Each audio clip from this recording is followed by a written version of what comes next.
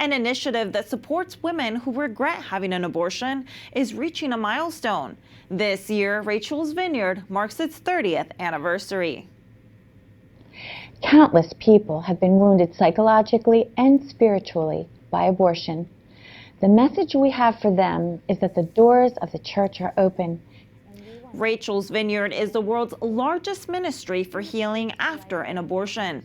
Its retreats for men and women draw on scripture passages that lead to healing and hope. We recently spoke with the founder of this incredible pro-life resource.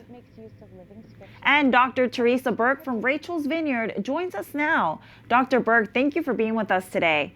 To start off, tell us, why did you start Rachel's Vineyard in 1986? That's such a good question. It was an evolving thing.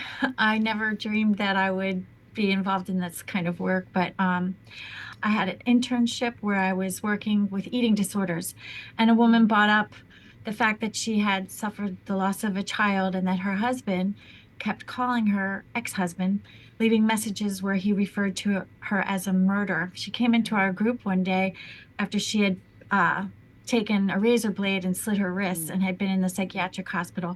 So that's what compelled me to start the very first therapeutic support group that I ever heard of for abortion trauma. And the rest unfolded from there.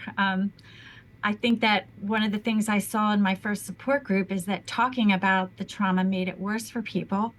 And we know why now, after years and years, because the brain gets activated into a survivor mode when you're remembering something that's traumatic. And so I started a master's degree in theater.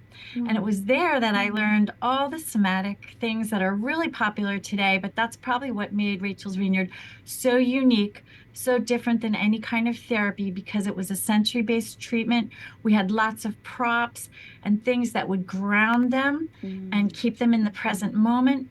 And then we dipped in and out of the trauma by all these beautiful spiritual exercises where you could step back from the trauma and experience yourself in scriptures with Jesus healing you through scripture passages that we brought to life. Over the years, how have you seen it grow? You now have retreats in 375 locations around the world. That's very impressive.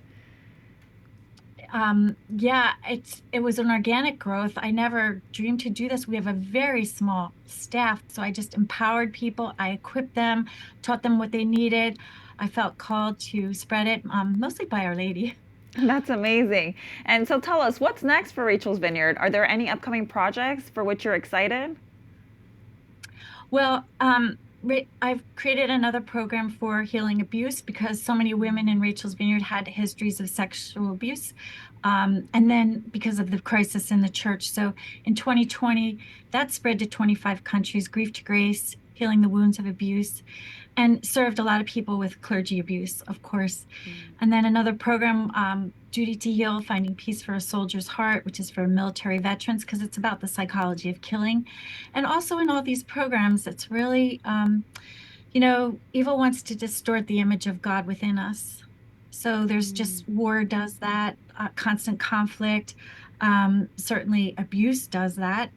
And a lot of the trauma, I feel like the whole world has a lot of trauma, not just in the breakup of the family, but I totally believe that Jesus wants to heal people, and he empowers and equips, and he lifts up the lowly. They're the ones who spread this. It wasn't done by, any church program. It's always been a grassroots, very volunteer-led. I think we have over 800,000 volunteers engaged in the work of all these ministries, and the Lord has lifted up an army. And it's very easy to start another program. I even wrote another program for marriage, which we're still piloting. And the results of it are extraordinary because it brings Jesus. He doesn't come to remove the pain, but to fill it with his presence. And I think that's the strength of this experience. Yes. And Dr. Burke, quickly, we only have about 5 seconds left, but if our viewers would like more information, where can they go? They can go to rachelsvineyard.org. And we also have a newsletter that they can sign up for on abortionhealing.com. Abortionhealing.com is where they can sign up for our newsletter and then be aware of whatever's going on out there. Well, Dr. Burke, thank you so much for just your mission and your ministry. Thank you. Thanks for the opportunity.